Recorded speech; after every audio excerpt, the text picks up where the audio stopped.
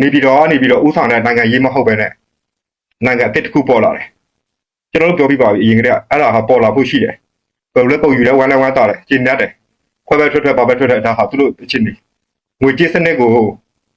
ထီအဲ့လိုအရခထီအရခငွေကြေးစနစ်အဲ့ဒါတိဆောက်လိုက်တဲ့ဆိုကြရတော့ဒီဖက်ဒိုနဲ့တိတရက်တီဖို့အတွက်ဘဏ္ဍာရေးစနစ်ငွေကြေးစီးဆင်းမှုစနစ် digital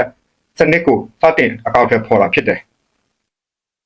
မဟုတ်ရင်ဗန်ကြီးချိတ်ဆက်နေရအောင်မဟုတ်တယ်မလားအဲ့ဒါဟာလူငယ်တွေဟာအဲ့လောက်မြင်ဖို့လိုတယ်ချိတ်ဆက်ပြီးတော့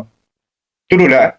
ဒါဝန်ထမ်းတွေခေါ်တာရှိတယ်လို့ပူပေါင်းလှုပ်ဆောင်ဖို့လည်းလိုတယ်ဘာဖြစ်လို့လဲဆိုရင်ဒီဘက်ကပြည်မောက်ပါပြန်ကဲဖို့သူတို့ကကဲမလားဆိုတော့သူတို့ကလှုပ်ဆက်အများကြီးပဲဒီဒါတော့ပြီးပြတ်မယ်ဒီဟာကိုဆက်ပြီးတော့အောင်မြင်မှုပေါ်မှာလည်းကိုယူတယ်နော်ကျွန်တော်လည်းပြောတော့ဒီတန်းငယ်ပလီတလားလားတော့လာနေမှာပဲ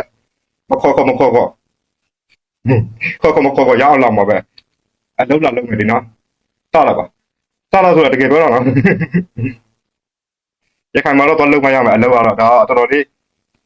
ဒီမှာပဲရှိတော့တာငွေကြေးစနစ်အဲ့ဒါပြီးပြတ်မယ်ကျွန်တော်တို့ကြက်ငွေကြိုင်ထားလူတွေတွေ့ပါပြောခုနကပြောတဲ့ဟောက်ပြန်ဆက်ရမယ်ဆိုရင်အရင်ဆုံးအဲ့တော့မြင်အောင်ကြည့်ဖို့လိုတယ်ခွဲထွက်လို့မရဘူးလို့ဘာလို့ပြောတာတွေကသူများတွေပြောစကားကျွန်တော်ကတော့ခွဲထွက်လို့မရဘူးဆိုပေမဲ့ဒီဖန်တာရေးစနစ်ကိုသူဖော်ဆောင်တာကတစ်ခါကပြန်ကြည့်ရင်တမန်ရေး legitimacy ပထဝီနိုင်ငံရေး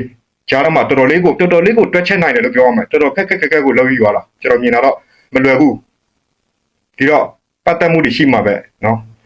ချိတ်ဆက်မှုတွေလည်းရှိမှာပဲအဲ့ဒါဟာပြည်တွင်းပြောတာမဟုတ်ဘူးအင်တန်ကန်ကြီးတွေနဲ့ပြောတာတေချာစဉ်းစားကြည့်ပါဒီအချိန်နေမှာဒီဘက်ချက်တစ်ချမ်းလုံးဟာပြိုလဲနေတယ်ငွေကြေးစနစ်ဖောင်းပွားနေတယ်24.6နေရခိုင်တော့ကမ္ဘာစီးပွားရေးဖွံ့ဖြိုးတိုးတက်မှု right ဒီတော့ကျန်းငွေဟာတန်ဖိုးမဲ့နေတယ်ဒီလိုမျိုးကျန်းငွေတန်ဖိုးမဲ့နေတဲ့အခြေအနေကဒီဘက်မှာနေပြီးတော့နိုင်ငံရေးစစ်ရေးဒီကျန်း